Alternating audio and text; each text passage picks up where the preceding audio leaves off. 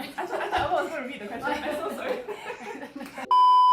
Hello everyone, my name is Albert and this is All Strings Attached. Welcome back!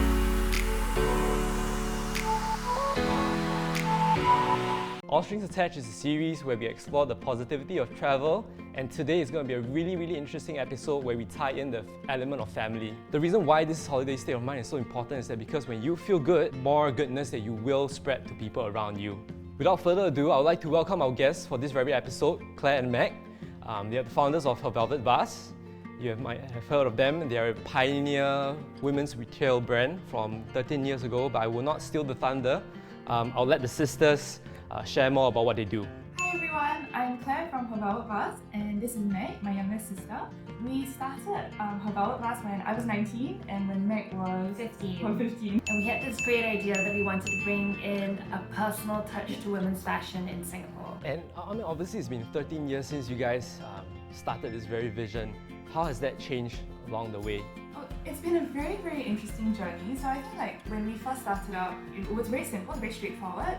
We just wanted to be able to offer other girls the opportunity to shop from the comforts of their own home, or to buy something and have it delivered straight to their doorstep. So that was how it first started. I think we realized that it was so much more than just fashion. We realized that it was, as me and Meg were growing and learning, we realized that there were so many things that we didn't know. There were so many fears that we had, vulnerabilities, we were uncertain, we didn't know, like we were doing the right thing. We realized that that was what we wanted 𝐴𝐶𝐵 to be, that it wouldn't just be us and a team, we would be able to share that with other girls as well and other women and grow up together with them. So it's about creating community. Yes, that's right. I know that's one of your very key values of the brand.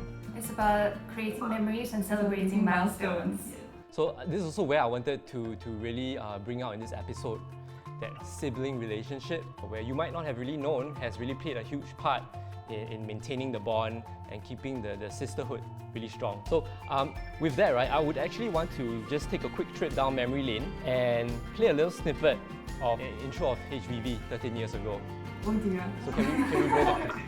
Basically, at the time, Claire was still studying in Melbourne while I had just started high school. And at that point of time, we both felt that Singapore's fashion scene was a bit stifling. So we wanted to provide kind of an alternative route for our customers as well as people who like to dress up in Singapore. Because in Singapore, if it was nice, it was either really common or it was rather inaccessible to Singaporeans, and that's why we wanted to change that. And also in terms of style, we hope to be able to offer a unique infusion of our interpretations of the latest trends. 13 years ago. Oh dear. How did that feel? We look so young and so innocent. How has the relationship between you guys as sisters evolved since then? I think it's still the same. I still bother Claire every other day to ask her for advice on anything that ranges from like personal to professional to just me being annoying. I think that's something that still happens on a daily basis that has not changed at all in the past 13 years. I see the fact that family can work together, and you guys are like the true testament of it. 13 years, right? And obviously Meg, being the younger one, has no qualms about confiding in her elder sister, after this whole long period. When it comes to traveling, I mean, you guys travel a lot for work. When you guys used to travel back before the whole situation of COVID, how do you actually find time to spend me time or even like sisters time? How do you try not to get too caught up in work? I think it depends on what the situation calls for, but Claire and I have always put relationships and family at the forefront of everything that we do. And it's kind of like a silent agreement we entered when we started 𝐴𝐶𝐵 together. And I think it also stems from the fact that our family has always been very staunch about maintaining that relationship no matter what happens. So Claire and I shared a room together and we had a shelf where, I would keep my things and she had her own shelf where she would keep her things. And then one day I came back from school to realize that she had swept everything off from my shelf and kept it for her own. So we started squabbling and it was like a full-out brawl over shelf space. And our mother pulled us aside and said that no matter what, you guys are sisters and I won't allow you to go to bed angry at each other, no matter what. And it kind of forms the foundation of this business and personal relationship that you guys have. Yeah, so just now I was asking that, when you guys travel, it's always mainly for work, but when it's more for like a personal trip or a leisure trip, what do you guys enjoy most about it as sisters? What do I enjoy most about trips with May? I think the good thing about it is that when we go on trips, we tend to compartmentalize our time a bit. So we let our team know that in the morning we'll reply a couple of emails, but then morning all the way to night, they shouldn't expect a response from us unless it's really, really urgent. No, but when has it ever been a pure leisure trip? Like, not something that's work and then you guys have like a couple of days together? I think we do manage to carve out a little bit of us time every time we go on a trip together. And I think the most recent trip where we were able to kind of like run around and with gay abandon was in New York. May 2018, right before, right after I graduated. That's right, yeah. And Claire flew down to visit me, and it was, I think like 21 or 3 weeks of just utter nonsense. It was just us running amok. No work, just sisters being sisters. Okay, less work, but more play, right? Yeah, more play. I remember, I think there was one time I told Claire that I'd take her on an epic sightseeing trip and that I'd take her to see some really cool lights. And the younger sister is stepping up now. That was so bad. She made it seem like she was gonna make me see, like, I was gonna see like the coolest lights in New York, like fairy lights, amazing lights, and then she brought me to in front of I think like a random hotel with like 3 trees, and the trees had like fairy lights on them, and she was like, ta-da! And I was like, what is this? Okay, but hear me out. The lesson 1 of travel, right, it's never been about the place. It's always about the people or the person that you're with. But it was especially special because right now when you're sharing, or when you're giving a recount of that memory, both of you are like giggling away, you guys are laughing away. When I asked you guys this question about the fond memories that each of you have, it was actually a leading question. So you guys have 1 parcel each that you're holding on to right now. Before this session, I actually got each of you to tell me what was your favorite memory with your sister, and maybe give me a bit more information why that was your favorite memory. And if you could just slowly open up the parcel. Okay, let me just show everybody. See 2 things. Yeah. So make this known, right? This is not a gift from String. What Claire is receiving is a gift from Mag, and vice versa. So yeah, if you just open it up, on one side you'll see a illustrated photo of a very fond travel memory. I'm very sure you guys know what exactly the moment is. Oh, that's so sweet. That's so sweet. I can't believe So you what we did really this want to like do here, right, is to really remind you sisters that it's always sisters first and founders second. If you flip to the back, we actually took what each of you said, crafted it into a quote for one another. So whatever Meg said to Claire, we actually wrote it in the form of a little poem or poem wannabe script. Really sweet. Do you know what's the magical thing? So if you put them side by side, right, it actually forms a longer complete sentence. Heart to heart, we are never apart. Intertwined by a bond of spontaneously hilarious memories, through inappropriate jokes and rant sessions, lies the story of 2 sisters. Your company is forever gold, where I always get to be myself. Busy as we are, let's make a promise, together we will always be. Sisters first and founders second. So Claire, you mentioned that you guys are really, really close, right? Despite all the years of working together, bickering, the good and the bad. I'll ask a question, and you guys will point to each other based on the answer that you feel. And then we're gonna go in 3, 2, 1. Who is better at planning the itinerary? Okay, so that's unanimous. Second one, who is better at navigation? Next question. Who spends the most time each morning dressing up before heading out? I think I know the answer to this question. And I think it depends on the context. So if we are rushing to work, or if we're going for something that's more casual, she is super fast because she is super grubby. Like she doesn't shower, she just like puts on a cap and then she's good to go.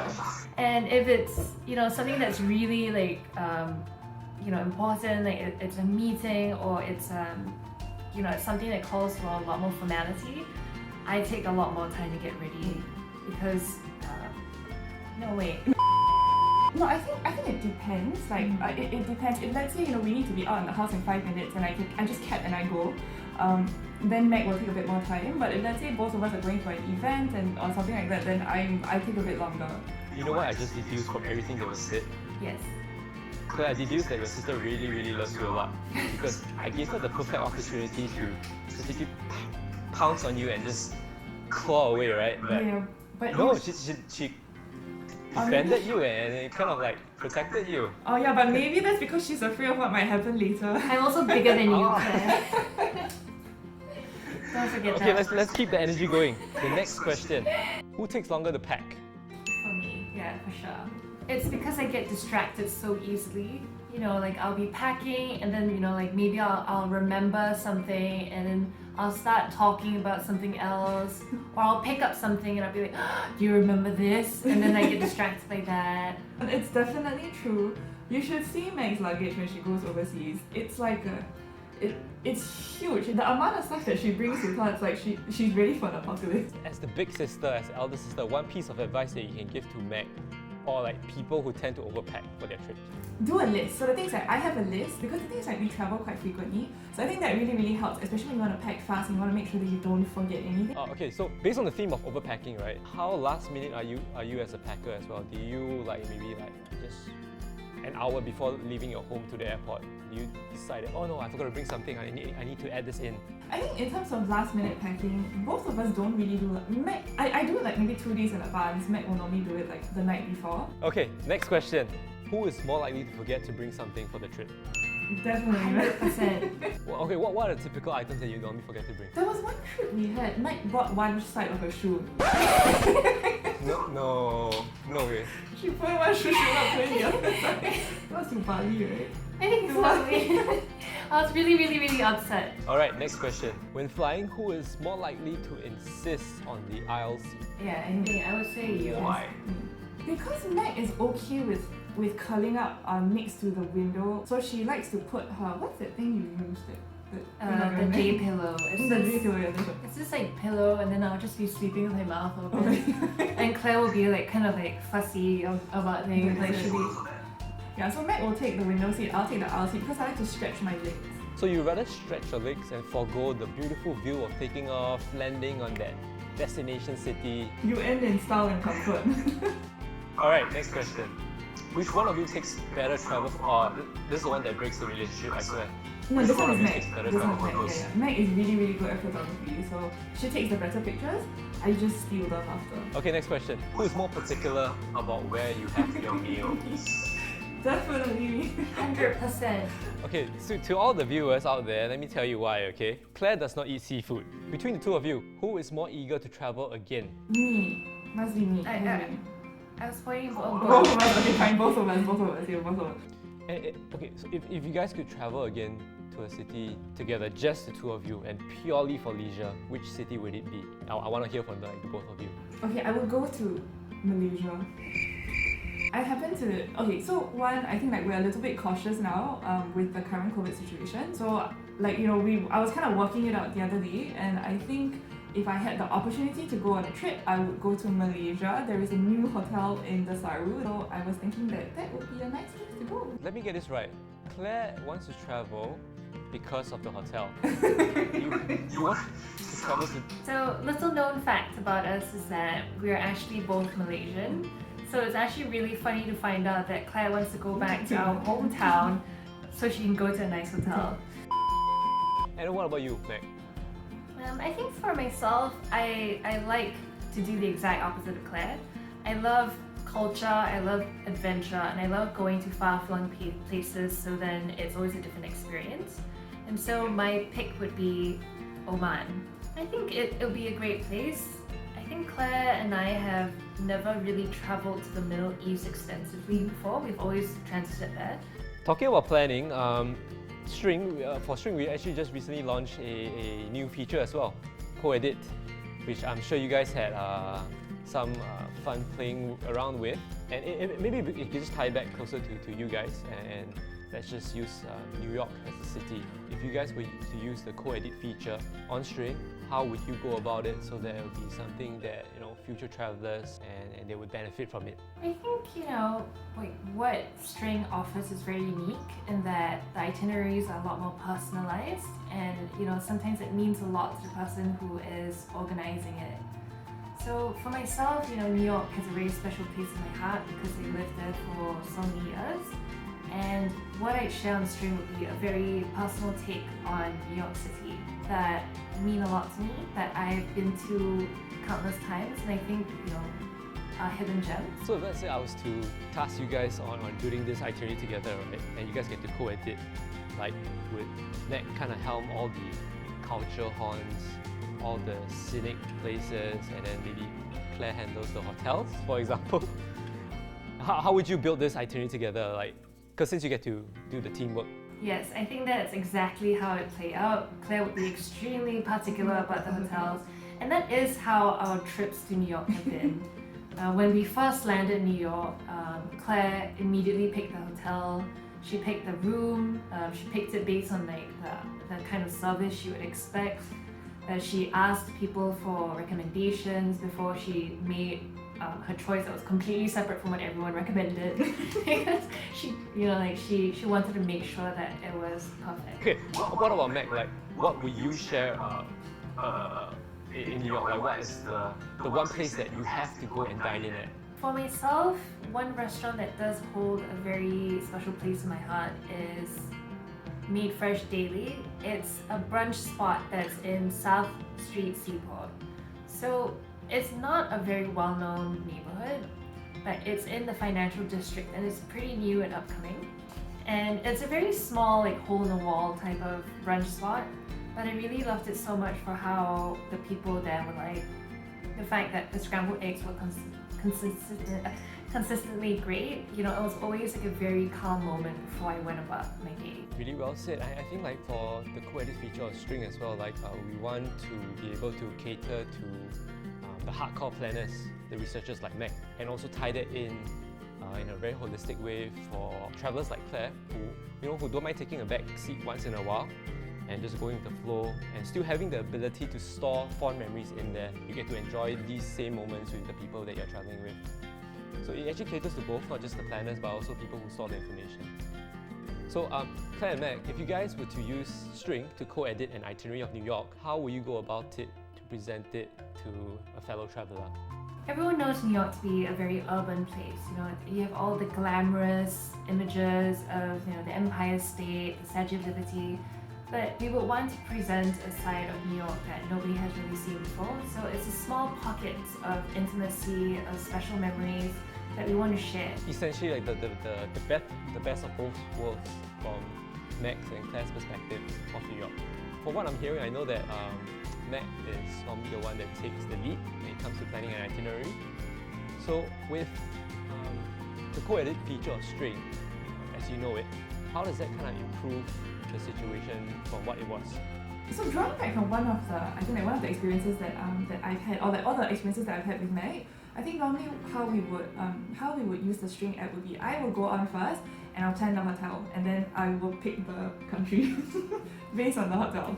Then after that, Meg will populate everything else. So she'll plan all the different places, she'll plan all the different experiences, the touristy attractions, and then the lesser known places. So then Meg will add all of those in. But knowing Meg, her hit rate is about 90 to 95%. So one of these places, chances are when we go there, are going to be closed. When that happens, I think that's how String really comes in. We are able to pick different locations of different alternatives and then kind of slot that in. So it's kind of like a balance. I think that we balance it out where I start with the hotel, Meg starts with the places. Then when something goes wrong, then both of us figure it out, and then we try to find a replacement, and we use the String app to do that. At least there's another alternative. So I think that's how we would balance it. Awesome. So and does the same feature also encourage you to want to use String more as a travel journal? It kind of gives you a way to journal everything that you want to know or remember about your trip. and it gives you a more personal insight into what the trip was like. And I think that's why string is so unique. But yes, thank you so much from the bottom of my heart, Thank you so Claire and Mag. much. Thank you. You guys stay safe, and I wish you guys all the best. And we can't wait. I mean, not me, but I think the girls around Asia can't wait to learn more about all the awesome stuff that you have lined up for HVB. Thank you so much. Thank you so much for having us today, Albert. Thank you. See you guys soon. Thank you.